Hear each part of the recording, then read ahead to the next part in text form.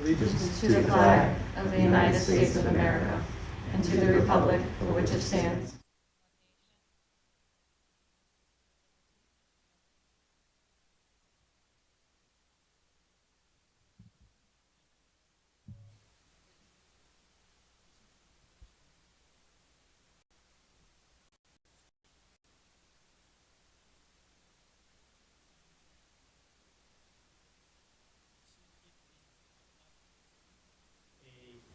Chair, and so I'm going to start with that business. So first order of business is for nominations for chair for the 26-27 school board.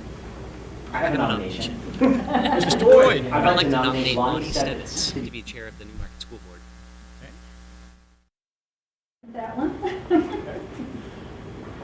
Are there any other nominations?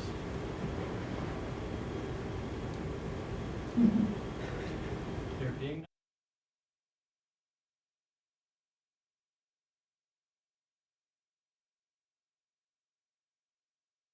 Aye. It is unanimous. Lonnie, Thank you. you are now the chair. So, I will now take any nominations for vice chair.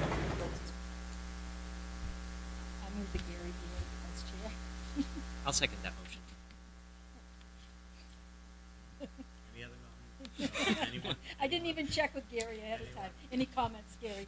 You can, I was thinking about that on the way down. With no other nominations, call the vote. call the votes. All those in favor for Gary Swanson to be vice chair of the school board? Aye. It's only because you have more experience. At this time, I'd like to call any residents of Newmarket, residents of the public, to offer brief comments up to 3 minutes on any agenda item. Seeing none, I'll close public comment at 5:17. I should say that next up, any public correspondence, and members of the board with any public correspondence. I did speak to a member of the public during the election about talk about public at the end. And I did receive multiple emails from community members just expressing happiness at the passing of the budget. So that was nice to see. And everything else that was on the board.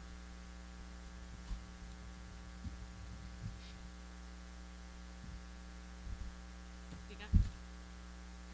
Next up is committee updates. Any members of the board have comments or committee updates since we've met? We had a Seacoast School Technology meeting, governing board meeting agenda on March 16th. And basically, it was an enrollment update with the history of the March enrollment. And Todd can probably speak to that a little bit more than I can. And there's a couple retirements coming. There's a comprehensive needs assessment that has to be done by parents and students. So they'll be online. And did you give weigh in on it? We're still sorting out status of that, Okay. because there's a law that non-academic surveys have to provide active consent in order Okay. to participate. And we're trying to get a clarification as to whether this survey constitutes a academic Oh, survey. that's right, yeah. So if it is, we will be absolutely doing it. If not, we will just put it out, but people have to give consent before their child can participate in it. Participate in it. And they went over some of the enrollment figures for the different courses that they give, and the one that seems to be the trickiest one, and, well, not the trickiest, but the computer science class seems to be one that is not, is kind of under-enrolled, would you say? Yeah, by Certainly room for capacity is- growth. Yeah, the capacity is 60, but the, there's only 17 in there right now. But Todd brought up a good point that it might be because of the name, and maybe if they changed it to something like cybersecurity, then it might be more appealing to kids, because you already have your computer science classes in high, right here in the house. The other one was about the EFAs, voucher budget, and how some of the new rules, new laws that might be passed, some of the bills that might be passed, will impact students coming to the School of Technology and paying for courses. As a whole, it's like a little spider web. You don't know where it's going to lead. And our next meeting will be May 18th. And I'm sure that Todd can fill in on anything else that I missed right there. I think you did a pretty good job, yeah. I mean, their enrollments are up higher than they were last year at That's this right. time, so they're feeling like they're in a really good place. They've just started a new electrical program, which this year it's the first time, and it's already exceeded capacity, which gives you an idea of that was a real need, so that's great. Yeah, so And we had a wonderful, very energetic senior from Exeter High School come and speak to us about the culinary program that she's in, and she's been accepted to Johnson & Wales for that. And then, yeah, the capacity right now, there's 747 people, kids enrolled. The capacity is 849, and the classes that seem to be the biggest, pre-engineering, and careers, if you can believe it. I think that's the right one. No, not BFMA. What's that one? Business and Family. BFMA. Business and Family. Oh, yeah, oh, it's your family, yeah. yeah. It's, I don't know what to call it. Let me look at it. Okay. And surprisingly, well, something that's very nice, careers in education. That's a little It's a future business leader. of America. Yeah. Business, finance, marketing. Oh, yeah. So anyway, that's the, so kids have nice choices to go there.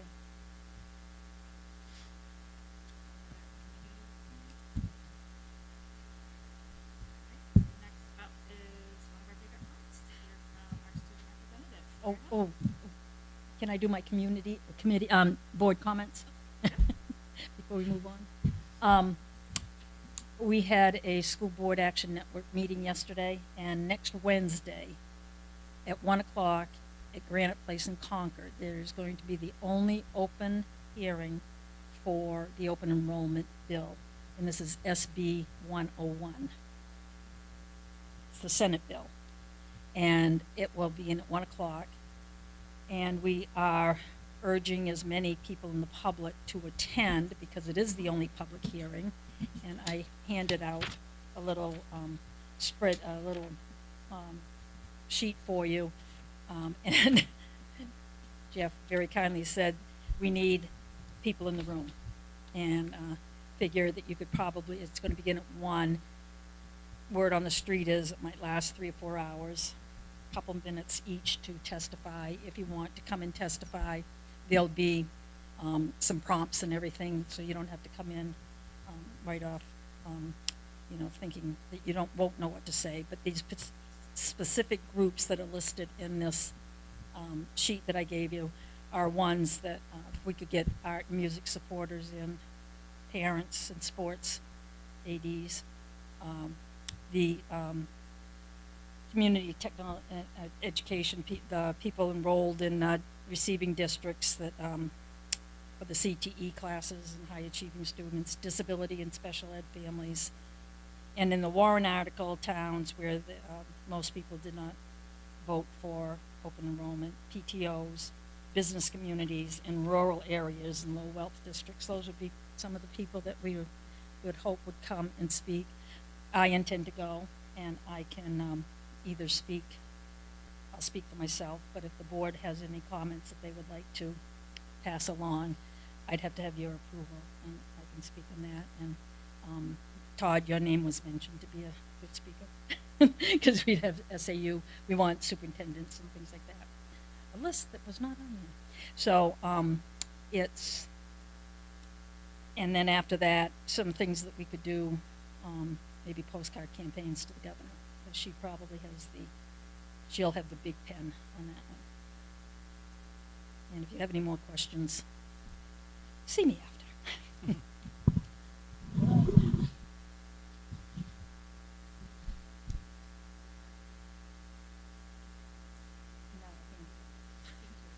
Thank you, Lonnie. So to start off with some sports, all sports teams for the spring start practicing on the 23rd. Softball has their first game April 13th away at PCA at 4 o'clock. Baseball has their first game the same day at home against Mount Royal at 4 o'clock. Track has their first meet at Sanborn on April 7th at 4 o'clock. And then for those who don't know, we also share a boys and girls lacrosse team with Oyster River. The boys team has their first game on the 13th at home, so Oyster River versus Dover at 4:30. And girls lacrosse has their first game the 15th at Spalding at 4 o'clock. To go into events, Newmarket Unplugged happened after the day after the last meeting. Unfortunately, we did have a snow day that day, so or not a snow day, a 2-hour delay. So that kind of, I thought, impacted the effectiveness of the Unplugged day. But overall, it went pretty well. I've only had a few people tell me that they didn't like it, and most people that I talked to actually had pretty positive feedback. Last night was Parent Sports Awards night, and then unfortunately the Dodgeball tournament that was going to be hosted by the class of 2027 happening tomorrow is canceled because of lack of interest. Yeah. Nobody wants to dodge. Next Wednesday, March 25th, is SAT days for the juniors. And then April 10th to April 12th, the drama department's production of Shrek the Musical will take place. The official date of the Spring Fling Dance has been announced, and that's going to be April 18th. And then in honor of April being Genocide Awareness Month, the school will be hosting Louis Ungaram to speak to the middle and high school students, and he will share about living through the genocide against the Tutsi in Rwanda in 1994. And I think that's going to be a very powerful speaker. And then before I end off, I'd like to welcome up some honor band students to update the board on a recent performance with Sanborn High School.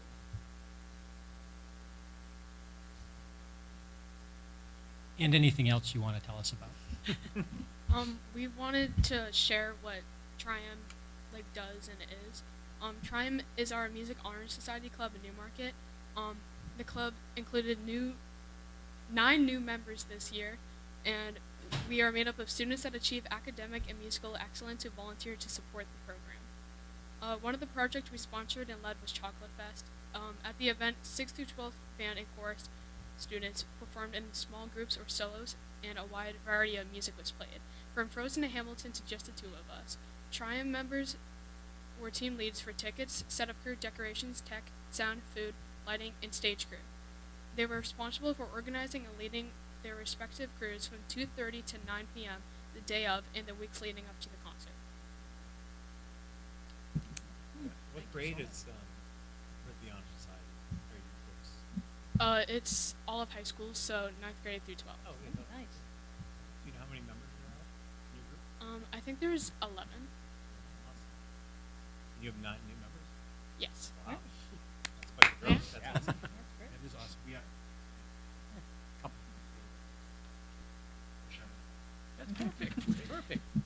Hi, my name is Lily LeBlanc.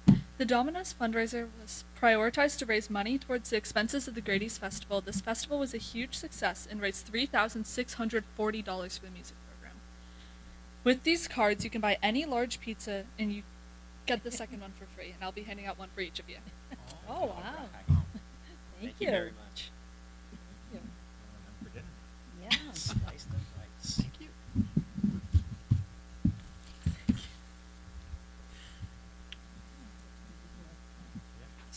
Hello, my name is Quentin Santaremo. On February 17th, Newmarket Band traveled to Sanborn Regional High School for a joint band festival. Sanborn combined with our band to create a big 7th through 8th grade band and a big high school band. After hearing the middle school rehearse and then rehearsing ourselves, we spent about an hour getting to know the Sanborn music students through interactive board games, karaoke, and even a game of balloon volleyball. Newmarket looks forward to continuing this in the future, possibly with even other schools. What was your favorite part going down there? Favorite part, honestly, as I said in the paper, interacting with the other students. It's a really good way to know other people and just a way to get more out there. Did you do karaoke? Next lots year, of there you kids. Lots of kids did it. So how many were there altogether? I would say about like 200. Oh, wow. Yeah. And how many of those were from Newmarket? It was actually pretty deep. It was like 50. Wow. I was at the event and it was exceptional. You all sounded so wonderful. Well done. All right, thank you. Thank you. As a member of Tri-M, we are required to complete at least 10 hours of music-related community service each year. Some projects that we have been working on are building a website and completing our digital music library. We mentor and support younger students as well as our own peers. We aim to encourage future generations of performers and help them enhance their skills as musicians. So, in addition to the community service, all the hours that you folks volunteer are all outside of regular school days? Yeah. That's quite a commitment. Yeah. Just thinking practicing performance. Wow. Yeah. That's fantastic. Thank you. Thank you. And Tony, before you, I just wanted to say thank you. About 2 or 3 weeks ago, you shared with me that video clip from the Sanborn School Board meeting. And I listened to that and heard them talking so glowingly about the work we did. And I said to Mr. Floyd, come tell us about this, because this is so exciting. So thank you for doing it. Thank you for giving us so many great opportunities to our kids. Thank you. Thank you. Awesome. Okay, next, superintendent. That's where you're- I'm all set. Well, I want to start by welcoming Liz as our new board member. Congratulations on your election victory. That's exciting. So you signed on for 3 years with us, and I hope you have a great experience. I also want to take a minute to congratulate other people who won election in our community. Chris Hawkins is the re-elected as school district moderator. Terry Littlefield is our school district clerk, and Annette Brousseau continuing as our school district treasurer. All won by a landslide, so it's important. We also, I think it's a cause of celebration for the great results we got at the polls this year. I mean, we had upwards of 80% vote to approve just about everything that we put on the warrant. Our budget passed with 77%. The para contract passed with 80%. I think the lowest approval was 76%, and that was for the capital improvement plan warrant that I think we all knew, because we were raising and appropriating. We assumed there might be a little less support for that, but even that received great support. So I think it's something we should feel very good about. It's also worth noting, because I did a little bit of historical research, it's the biggest voter turnout by percentage since the 2017 vote on the bond. So it was 74 and sunny, made it easier for people to come out, but nonetheless, a lot of people came out to vote. Do you know so, what percentage that is? 16%. 16% of the voters. Still.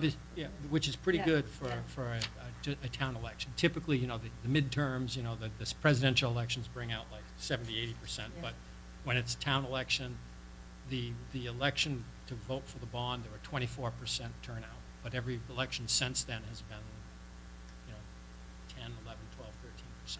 So I think it speaks well. I know a couple of years ago when we were talking about kind of a postmortem on the election, we were a little concerned that where is the support, but I think it's there. Second thing I wanted to mention, and I've already shared it with board members individually, but we did hear from the IRS on our tax matter that has been sort of pending for 7 or 8 years, and we're looking forward to getting our official letter from the IRS telling us that they have granted our appeal, which will resolve that matter, which is a very exciting moment. So anyway, I think it's worth celebrating that. That's a positive. That's a good one. It's a good one. It's a good one. Anytime you're able to get the IRS to agree with you and take action, it's a good day. So there's that. I also wanted to take a minute, because you've probably seen in the news, school care and health insurance has been on people's minds in Portsmouth and Dover. Actually, Portsmouth last week, or earlier this week, I should say, they had a school board meeting where they brought Secretary of State Scanlon came in to talk to them, and following that, Portsmouth voted to pay their assessment because they realized that there really wasn't a good alternative to doing so. I do want to commend this board, because back in the fall when the issues came up, we had all the same conversations. We just did it a lot faster, and we arrived at the same conclusions. And Portsmouth played a little more of a game of brinkmanship, and Dover still hasn't resolved theirs, but writing is on the wall that they're probably going to end up doing the same. But I did want to give you that update, because that is good news from the standpoint of the stability of the insurance pool. Other things I wanted to mention, last week on Friday, the Southeasters, which is a superintendent's group that I'm a member of, hosted a roundtable discussion with regional legislators. I'd love to tell you that 100% of everybody showed up, but that's simply not the case. It was a fairly small turnout. But we did have some really good conversations about open enrollment, EFAs. We talked a lot about the concept of local control, and is that still a thing, that kind of stuff. One of the things that I was particularly pleased with, there were multiple, what I would say, very conservative people who are supportive of the concept of open enrollment, but that recognize that the way it's being done is problematic. So I do think we made some headway with a handful of legislators that were on the fence as to whether they'd vote for it or not, because I think they began to realize even a good thing, if not done well, could be damaging. So I thought that was a positive thing, and it's something that the Southeast Superintendent's Region is going to try to make a regular occurrence. Our intent is to have 2 meetings a year where we invite legislators to come and talk with us, one in June and another one about this time of year when they're starting to. If you want, we can share the cards with you. Yeah. bribe them with pizza. Yes.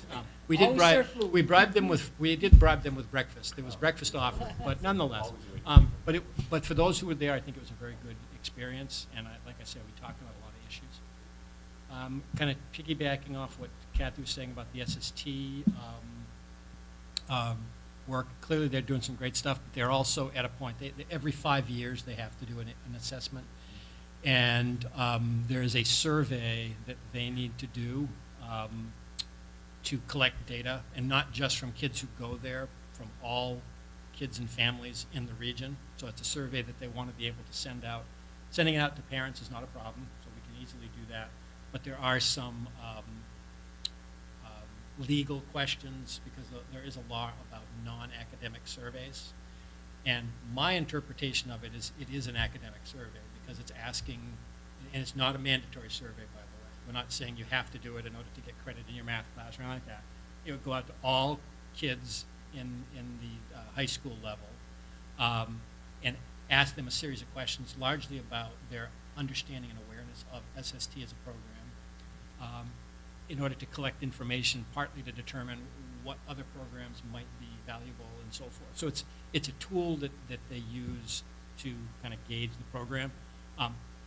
We are still kind of wrestling with it as a region, because some school districts are concerned about their policy language around this.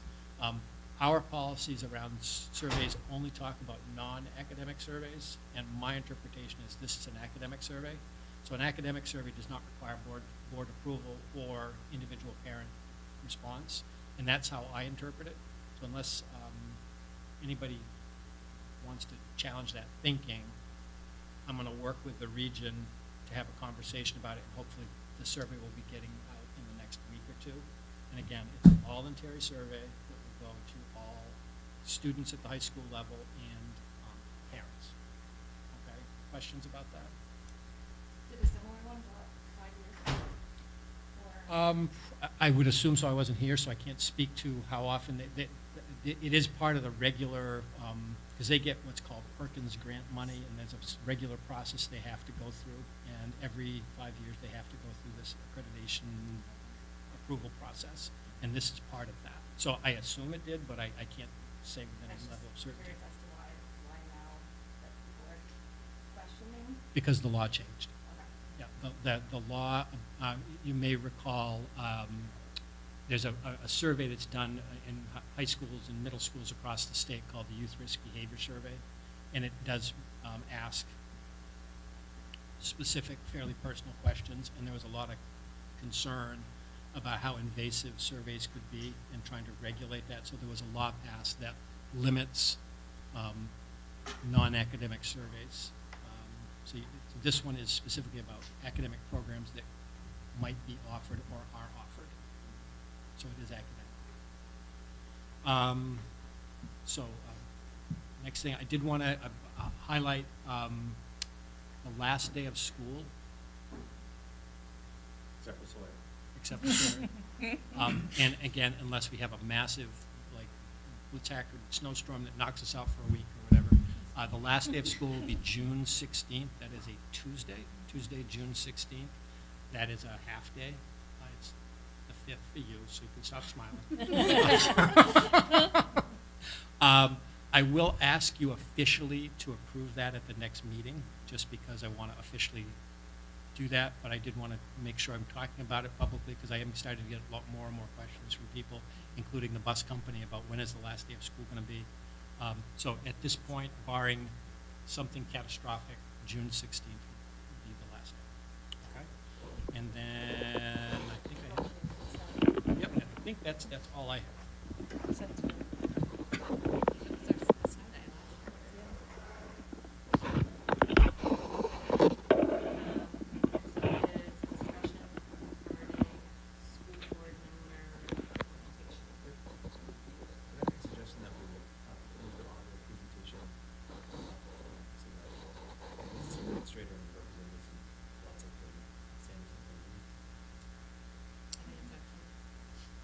Unless they want to stay late, that's totally understandable. I'll be. And then if Brian can get to not do that, so 10 minutes.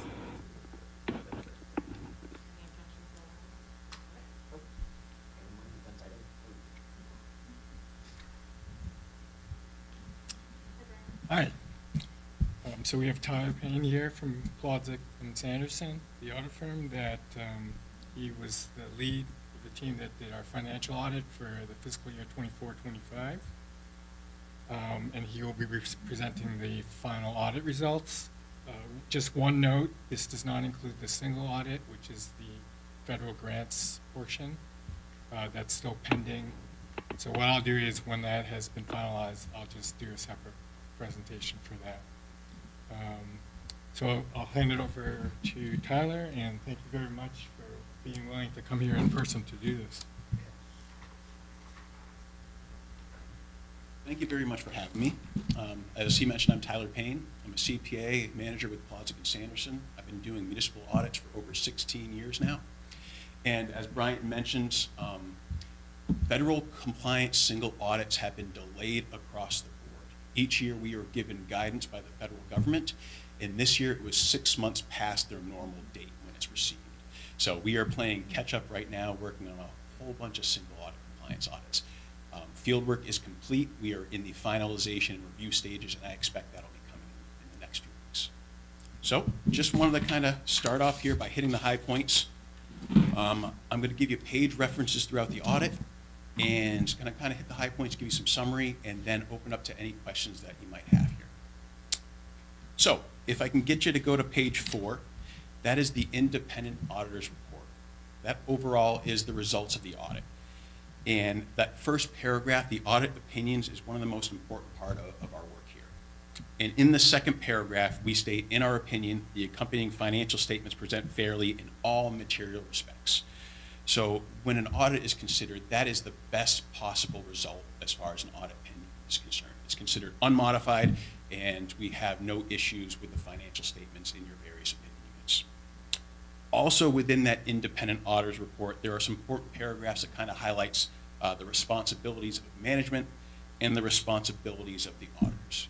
We are auditors, we can't look at every transaction, so we're able to provide reasonable assurance that the financial statements are fairly stated, but not absolute assurance. So that's kind of highlighted in those paragraphs. On page 5, additionally, if we have new items that impact the financial statements, how things are reported or how things are disclosed for comparability purposes, we want to draw your attention to it. So in the middle of page 5, there's an emphasis of matter paragraph that highlights 2 changes in accounting principles. So the first of which is compensated absences. That is your accrued sick, leave, and other personal time for various employees. This pronouncement's changed how that is measured. In essence, it's looking at sick liability in a different way, and essentially is increasing the liabilities for most of the school districts. Additionally, there is a certain risk disclosure new pronouncement that impacts how we disclose certain things. We're looking at, is there any concentrations or constraints on a school district with, if that was taken away, could they sustain themselves? More commonly, revenue sources, very driven by your local assessments and state aid. So those are kind of some of those things that we look at in those categories. The last page of the independent auditor's report, a little different than it has been in the past. As Bryant said, there is going to be a separate report with the single audit. So some of these paragraphs, if comparing to the prior years, it's going to look a little different.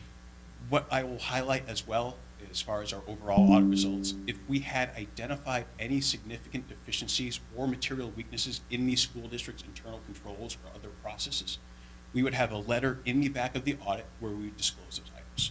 And if we flip back there, it's only financial statements. There's nothing to disclose in those matters. So just wanted to highlight those 2 things at a high level for you. So if I can get you to move to Schedule 3, page 50. One of the most important financial statements for a school district. This is your overall change in your unassigned fund balance or your available surplus. The school district opened with about $470,000 of unassigned fund balance, of which that amount was used to reduce the school district assessment. You'll notice a dollar difference between those 2 figures, rounding between what was filed for the DOE 25 and what was provided for the audit. You'll notice that there's another change of $125,000. That is amounts that have been voted from surplus to fund a special article. So I would assume those are funding capital reserves or expendable trusts of the school districts. You'll notice that that 125 isn't in the 470,000 above it in the unassigned fund balance beginning. That's because of a difference in how things are reported for financial statement reporting purposes as opposed to how DOE 20, the New Hampshire Department of Education wants things reflected on the DOE 25. So the next category you'll notice is your overall budget summary. Your revenue surplus was about $250,000, mainly due to unanticipated fund transfers from other funds, special revenue funds, and investment earnings in excess of your estimates. Additionally, there was unexpended balance of appropriations of about $800,000, mainly due to savings in student support services, operation maintenance, and student transportation. Details of those budget variances or those savings, surplus, and unexpended balance of the appropriations can be found on Schedule 1, which is on page 48, and Schedule 2, page 49. Won't cover those in detail, but just wanted to highlight those in case you wanted to see more of the detail driving those budget surplus. So overall, those 2 things combined gave the district about a $1 million budget surplus. Other items that impact your unassigned fund balance are your other fund balance or equity categories. So when those items change, they automatically impact your unassigned fund balance. So there was changes in your restricted fund balance. Typically, those can be for bond proceeds that are being held have not been spent towards a project purpose. I don't know if that's specific to the school at this point. Or your committed fund balances, those are typically amounts that you voted as a school board or at annual meeting that are approved to be used for specific purposes. Your increase in assigned fund balance is your basically money that's set aside with the approval of the business administrator or superintendent that are not encumbrances or open purchase orders. So that left the district with an overall unassigned fund balance of about $480,000. So not an overall big swing when you planned on liquidating the balance to reduce the assessment and then still returning some or still using some to fund current year appropriations.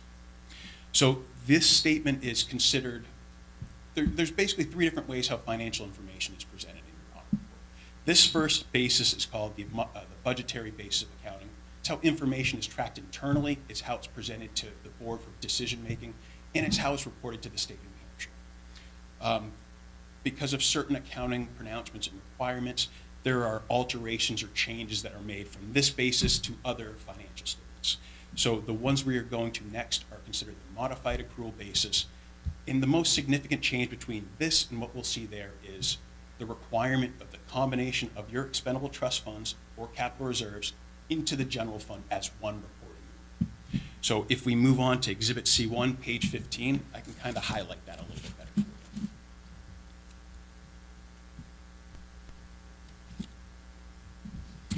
So Exhibit C1, you'll notice a separate column for the general fund. As I mentioned before, that is going to include all of the assets, liabilities, and fund balance of those dedicated expendable trust or capital reserve funds. Most commonly, or the assets of those are sitting in your intergovernmental receivable within the general fund. That is because you guys do not have custody of those funds. They are being held by the town trustees of the trust funds.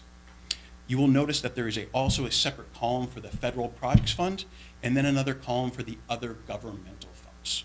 So if a fund is displayed separately, it is considered a major fund. The general fund is always by default a major fund.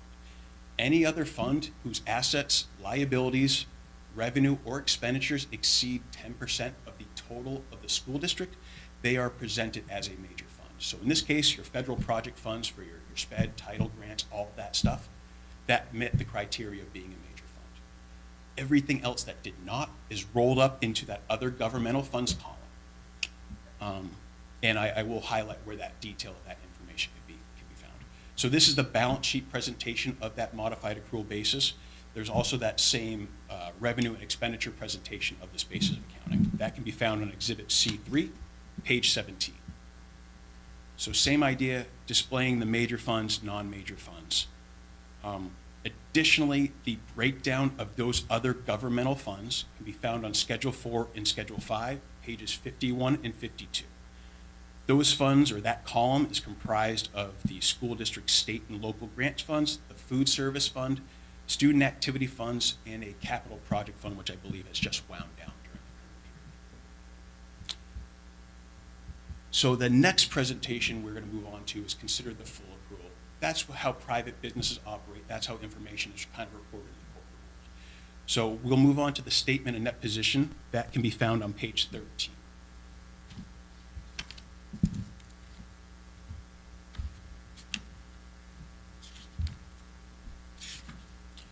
So you'll notice there's only one column or one reporting unit, the governmental activities. Essentially what is being done here is all of the funds on the previous schedules that I showed you, Exhibit C1 and C3, are being rolled up into one reporting unit. We're now also adding long-term assets, so your capital assets, your machinery, your equipment, buildings, building improvements, and your long-term liabilities. So that's any bonds, notes, and then your requirement to report your proportionate share of New Hampshire retirement system projected shortfall. So there's two parts of that, the pension and the OPEB plan. What I want to draw your attention to, and don't be alarmed, there's a total net position deficit or negative, and also an unrestricted net position deficit. That is very common in school districts in New Hampshire, mainly due to the requirement of having to report your proportionate share of New Hampshire retirement system shortfall. So just for education purposes here, if we looked at what New Hampshire retirement system is requiring you to report for both the pension and the other post-employment benefit liability, that's over $18 million. Without that, your net position would be positive of about $10 million. So it is a reporting requirement. It does not show financial constraint or mismanagement or anything like that. So I just wanted to draw your attention to a common question that I get. So if we move on to Exhibit B, the next page, page 14, this is the full accrual basis, but the presentation of the revenue and the expenditures. Quite a different presentation that we saw in Exhibit C3.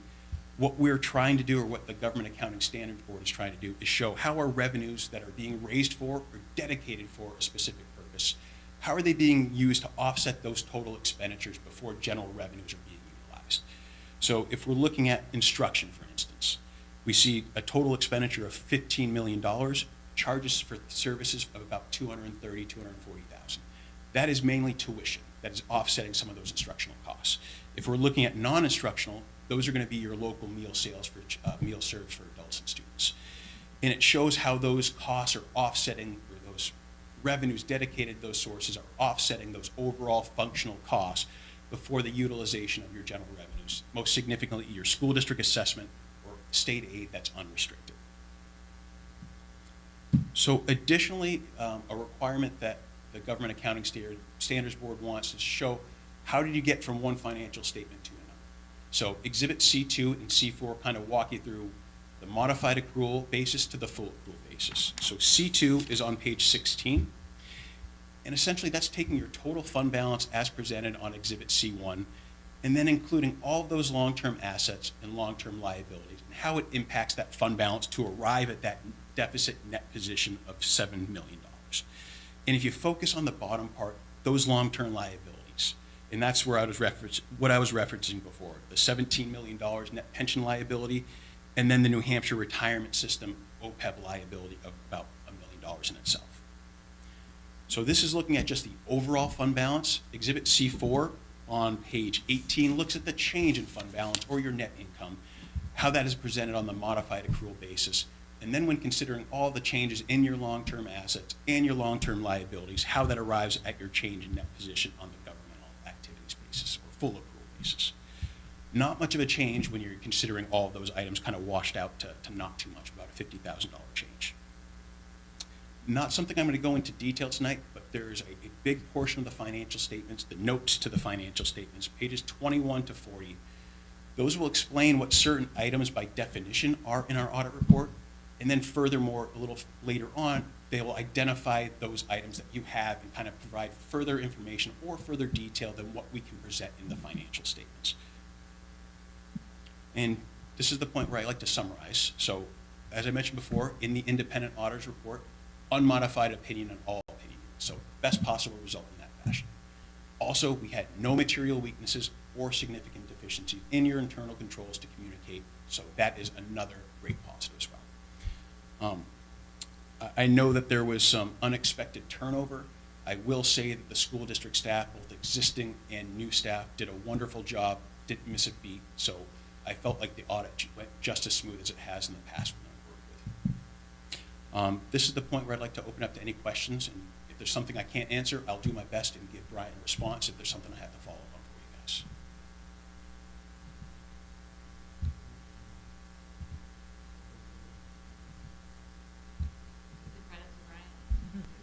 Absolutely wonderful.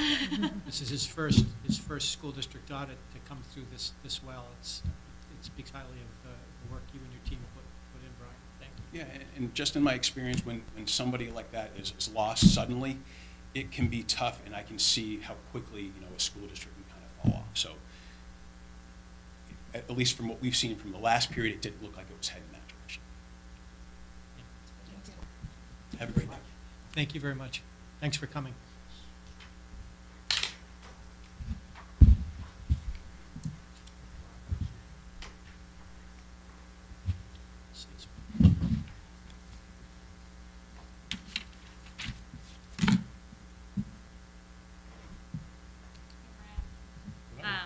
Truly, I just want to echo what Tyler said and Phil said. It's, you took on a role that wasn't easy, and the circumstances made it, I'm sure, really more difficult. On our end, it seems that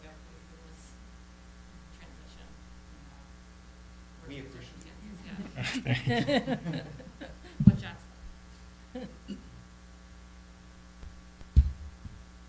Okay.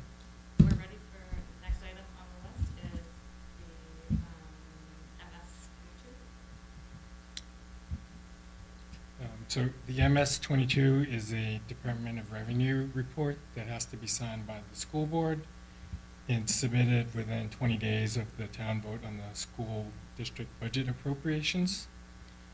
It covers all the cost-related warrant articles that were approved by the town, and if you take a look at it, the information has some disaggregation by expense type and school level. So the makeup of our 26-27 appropriation is, of course, the operating budget. Also includes the year one of the Support Staff Association contract, and then the two allocations to the trust funds, one to the Insurance and Benefits Trust, and then one to the School Improvement Capital Reserve. So altogether, our appropriation for 26-27 is $30,931,413. So this number represents our appropriated budget for next year. These numbers are final and will be used when we track our expenditures against the budget for next school year. And it'll also be the baseline for comparison when we start preparing our 27-28 budget, and will be used as the baseline for creating the 27-28 default budget. Any questions about that? Sign, just pass it around, so just make sure to sign next to your name on there, and then just pass it around. Sure. While you're doing that, I think I should acknowledge Jana for, she ran a really tight ship, so I totally just inherited that, so most of the credit really actually goes there.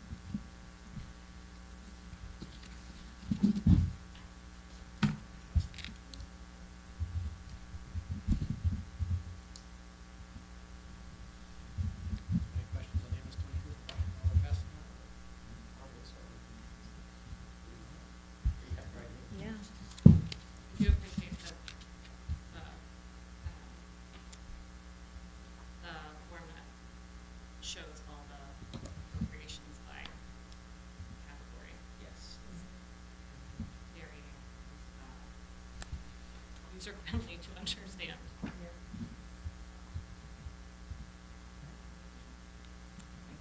Thank you. All right, Brian, thank you. Thank you, Brian. You want to grab? Yeah. I think everybody's, you can take it. We just got to get, the only signature that's not there, you got to get Terry Littlefield. I've already signed, so just get Terry to sign, and we're good. Thank you. All right, so next up, we have a request for, Actually, want to go back up to the. oh, yep. That's right, I even have my arrow.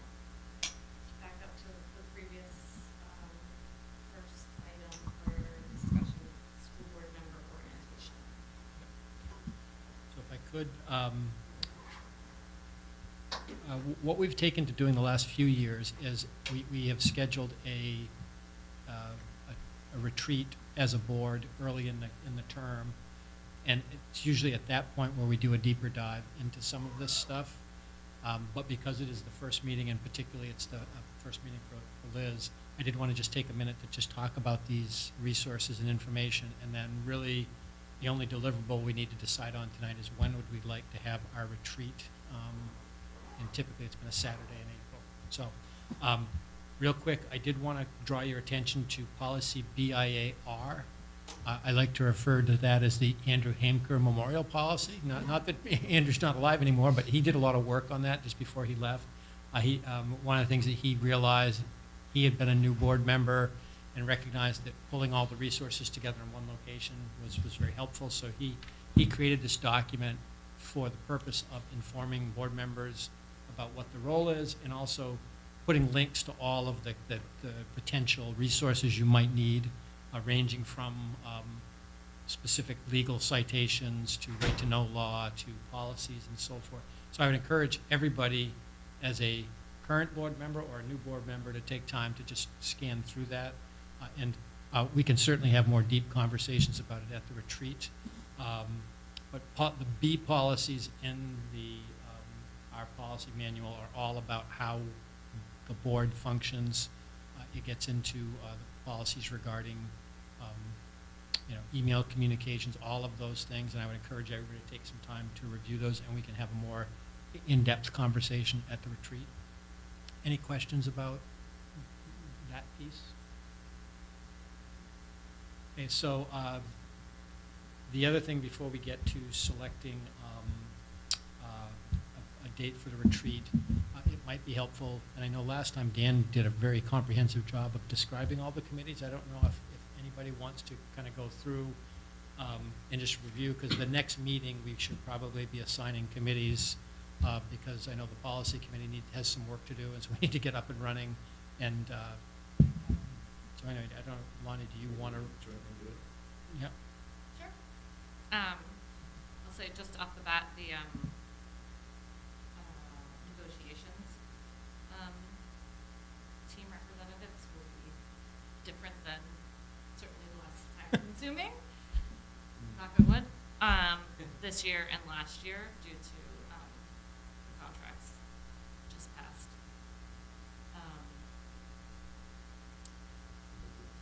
The chairs, self-explanatory, vice chair.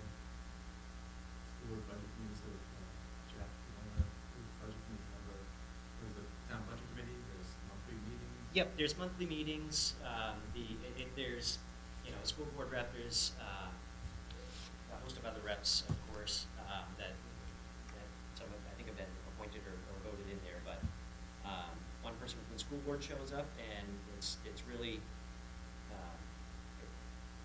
it's pretty basic. You hear a lot of presentations on what's going on with the town budget, what's going on with the school budget, and you vote yea or nay on whether or not you think things should make it through to still public. It's been Monday at 6:30, I think, and it's usually busiest around the end of the budget season. Yeah. As the rest of the year. Yeah, December through February, it's the busiest. Yep. Can I ask a question?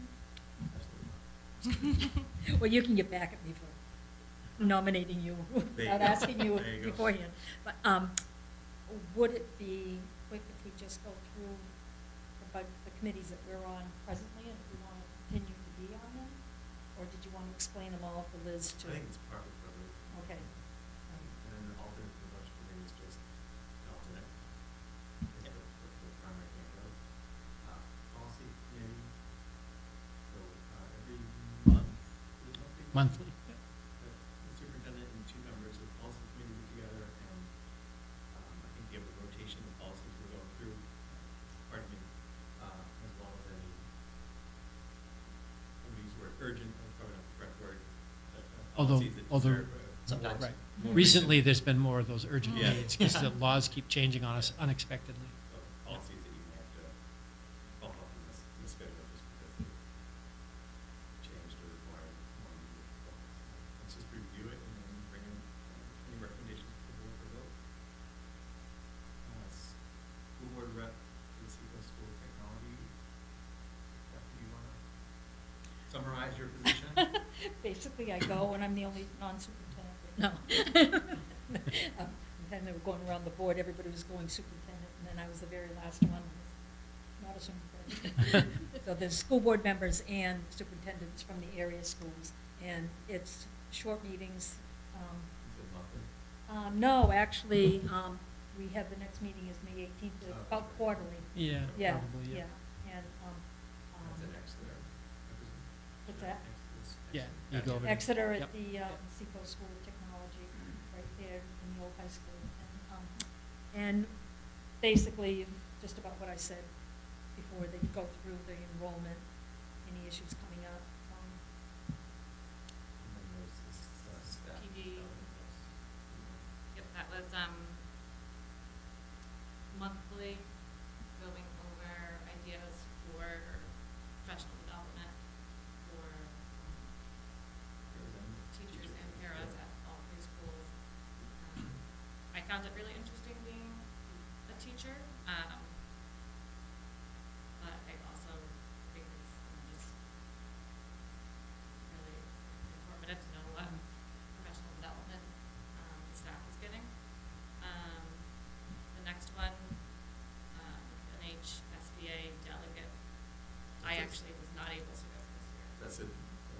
the school board association. Right. And the vice chairs. I went this year in place of Lonnie, and it was an all-day, no, it wasn't all-day. Meeting in Concord. Is that what you're saying? What's that? It felt like all day? No, actually, there were quite a few. It's very informative for parliamentary procedure. I mean, there's a parliamentarian there, and he knows how to get things. Because there's amendments to amendments, and so it's, but it was good. It was fun. And then there's two different negotiation teams. There's one for the sports staff, one for the teacher association. Capital improvement. And so the town has a capital improvement committee, which is required by law for towns that receive impact fees, which can then be used for town projects or school projects. And that's probably 4 or 5 meetings, I think I went this year. It was very, very quick. There's different departments as well as the board present what our proposed improvement plans are for the next 5 years. Yeah, they- Oh, I gosh. think it was actually 6. 6 years, yeah. And it's kind of interesting. It's usually mentioned to you. Yeah. Before we move on though, Yeah. from negotiations team, the contract with school care is 1 year, correct? So would that go to negotiations? The way so there are two different groups. However, with the para group, it's in the contract that if there's a reason to reopen, they will reopen. So we don't have to negotiate unless we determine there's a better health care option, and that would be done by the committee. And the teachers union, there is a MOA that basically says the same thing, that as long as we stay with school care, we don't have to reopen and do a new MOA. It stays in place until we replace it with something else. So we will have a committee to look at it, but there won't be a need to negotiate unless we change something. And that's the health benefits insurance, which is new this past year, or 2 years, 2 years? 2 years 2 ago. years ago, I think it was, came out of negotiations and just the desire to make things more inclusive for everybody, and have more dialogue. Just wondering if one of those Mhm. negotiations, so that should be made clear and that Interesting, yeah. based on True. that person is On both, On one, both, then it'd be the same person for both. yeah. So you get 3 for the price of 1. Yeah, it's a good, but we can think about it, Yeah. but Yeah. I'm not sure if we know. Manifest signer, so this is the manifest for weeks that we don't have meetings. We need 2 people go down to the town hall. Did we have that this year, or is this new? We had it typically last have year. somebody, however, we still tend to get, Yeah. you know, a reminder. Technically, it's me, close to saying. Slack to me usually get a Oh. reminder. I don't know if you can carry those. I know. So that's the manifest signer is. it's a This one very- is particularly tricky, I think, for, It's a- Yeah. to Newmarket, Yep. right, work. And it's you can do that on Friday morning too, right? Yes. That's when I popped in. And then the town master plan, the town has a master plan, okay, every year. Yep. I'm not sure. I don't think they actually have a plan. They had a representative last year. We might not need one this year, because I think they've already updated Didn't they it. pass it? Yeah, I thought Bill did the Yeah. year before, we did. Were you on that? Yeah. Oh, yeah. Oh, you were. I don't think that, I don't know that that was part of what was, for the growth and evaluation. That was a plan. subcommittee that was put together that developed the employee, the ESP platform, that whole thing, so. So maybe after the full year of implementation, that they may wanna, Right, pull people together, yeah. yeah. Okay. Yeah, you did. Oh. You just did. You just Oh, was actually, very no, short. no, that was, no, I'm sorry, I I misremembered. did No, do was- it the year was- before. You did We it once, yeah. virtually. It was Was it- very quick, though, Very, very quick. because we didn't have a lot Like of an hour. it. Was it Basically- Dan that did it this year? handbook? I can't remember. I can't even remember to sign them in. I'd have to go look at the list.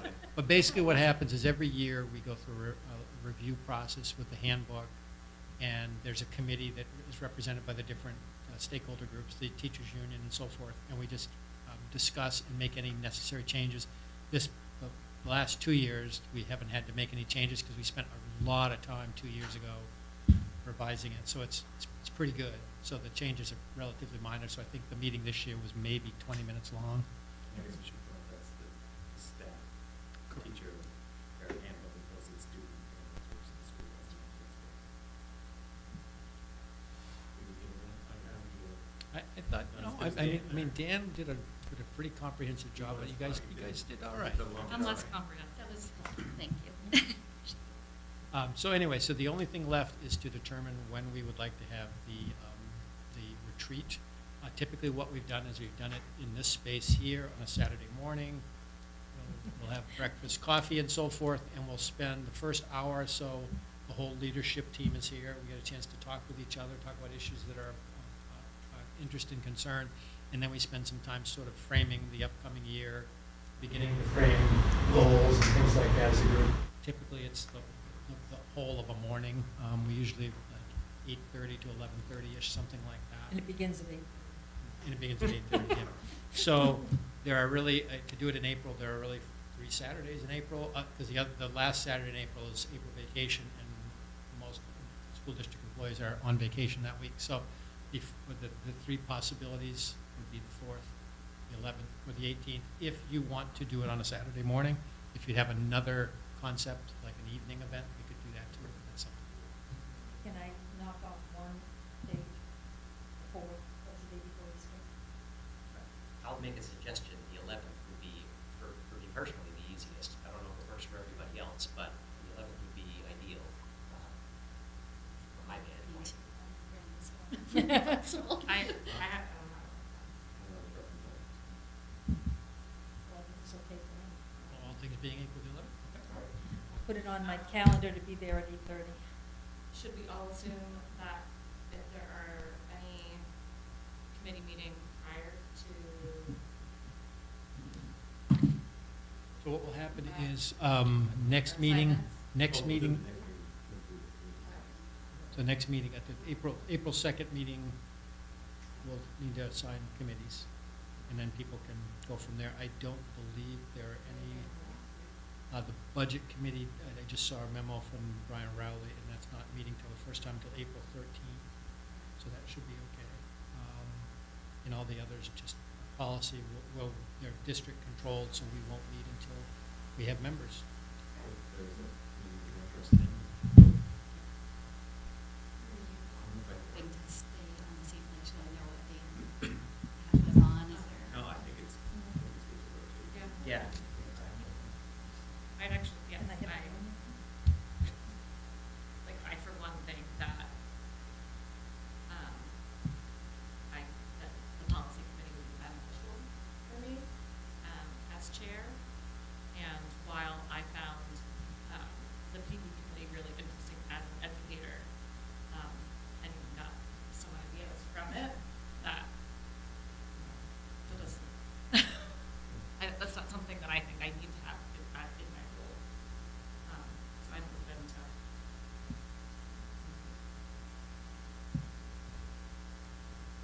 Jumping back down Now, to the item 4. request for the field trip to. Yeah.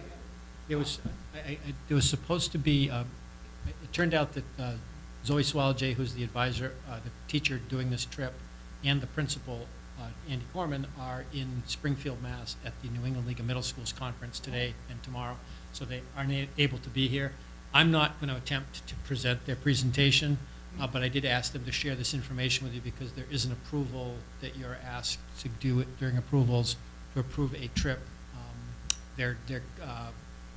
They have a great opportunity to go down and see the like Broadway in Boston performance of The Outsiders, and it's a book that they read in class, and it's kind of an exciting thing.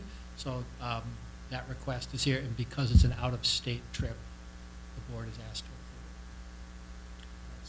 So you can enjoy the PowerPoint that Zoe shared.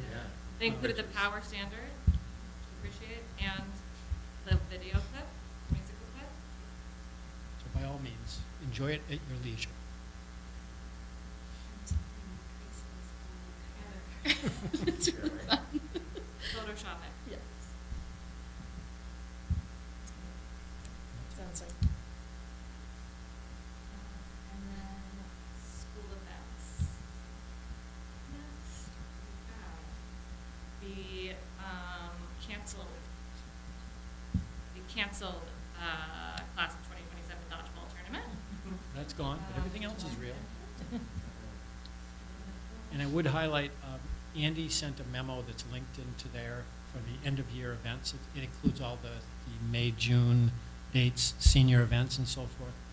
So I would encourage board members to take a look at it, but just to highlight some key dates, if you'll indulge me for a second.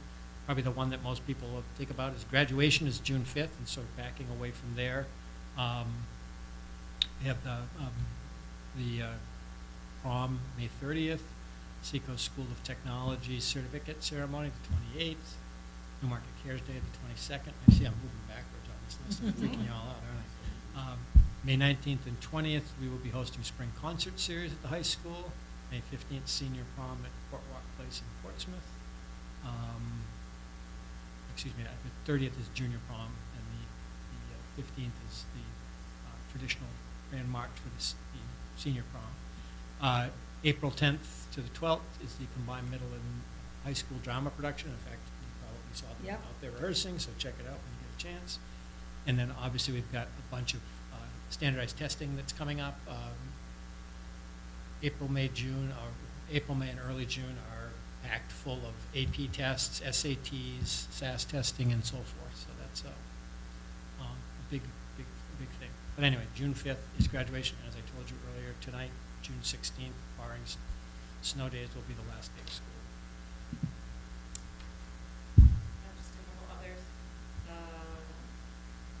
In March, SAT Day, which Sawyer mentioned, 25th. Next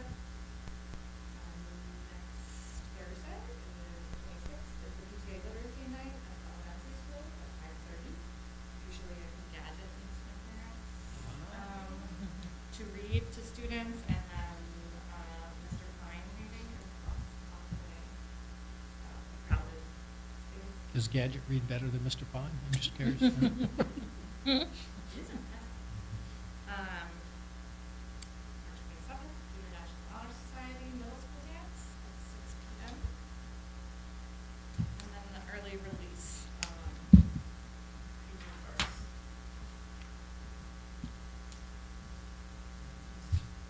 On to actions.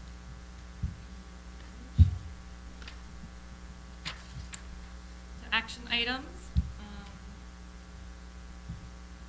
I would seek a motion to approve the March 5th, 2026 school board meeting minutes. Seconded. Any notes on changes or? It was a shame our girls didn't win the championship. 2 points. It was a good game.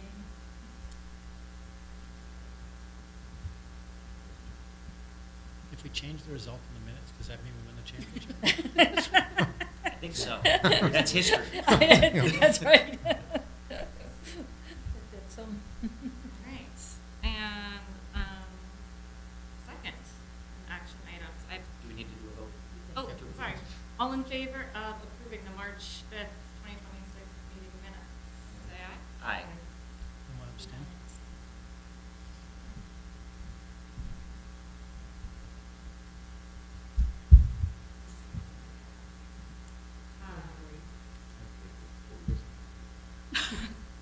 Oh, you had it. I was gonna say, Trying to Jeff. help out. so- Trying to so- help I out. would, no, I was gonna say the manifest. I haven't Pass it on to signed it Jeff. yet. All right, seek a What I motion gotta do is to whoever has the manifest. Move we approve the March 19th, I shouldn't be the one doing this, March 19th, 2026, and that's totaling $637,000.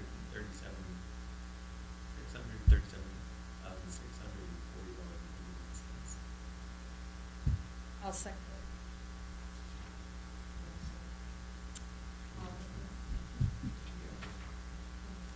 All those in favor? Aye. And then, as Todd said, the field trip to see the performance of the Outsiders is out of state in Boston, Massachusetts. So I would take a motion to approve the out-of-state field trip. I'll move that we approve the out-of-state field trip. Yes. That's right. She's nailing on the first meeting. Wow. All those in favor? Aye.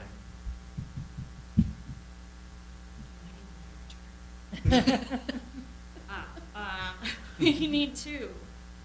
One of the last. A leave request from a staff member. Just for people's edification, the para contract currently has language that requires all unpaid leave time be approved by the board. The only contract that says that, and after the new date of the new contract, that goes away. So we won't have to do this much longer. So there is a person who's requested it. I'm not giving you their name. I promise you I've reviewed it, and it's okay. So also move. I'll second. All those in favor? Aye. I move we go into non-public session pursuant to ours. Can I do one thing ahead of time? I don't know if this is parliamentary procedure or not. But it's about meeting next week for a public hearing on SB 1. Would the board just want me to testify personally? I don't know how to go about this. I don't know how this happens. Because I know a lot of members, people get up and they say I'm speaking for a board meeting. Same. Are you sure? I'll pass it by Todd before I Yeah, I mean, comments on that. Yeah, I mean, obviously, within the parameters of the normal conversation we've had at the board table. Yeah. Thank you. But I think that you've certainly, we've had this conversation a lot at the board table, so I'm sure you can speak with the authority of the board. And thank you, Mark, for Yes. Okay.